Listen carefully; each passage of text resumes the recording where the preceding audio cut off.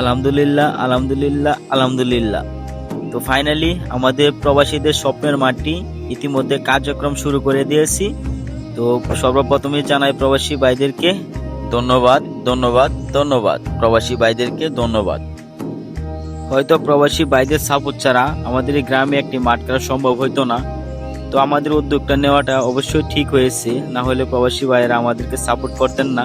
এবং আজকে তাদের সাপোর্টের জন্যই আমরা আমাদের মাঠের কার্যক্রম শুরু করে দিয়েছি।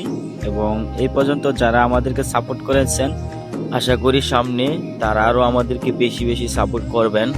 আর আপনাদের সাপোর্টের জন্যই আজকে আমাদের মাটি রাখা আমাদের সম্ভব হয়েছে। তো আপনাদেরকে জানাই মন থেকে ধন্যবাদ।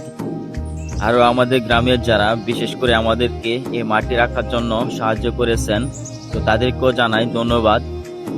বিশেষ করে আমাদের এই মাটি রাখতে অনেক টাকাই খরচ হয়েছে এবং আরও সামনে অনেক টাকার মতন খরচ হইবে। তো অনেক প্রবাসী বাইরে আছে যারা আমাদেরকে বলেছেন যে যে তোমরা কাজ চালিয়ে যাও, ইনশাল্লাহ তোমাদের সামনে আমরা আসি।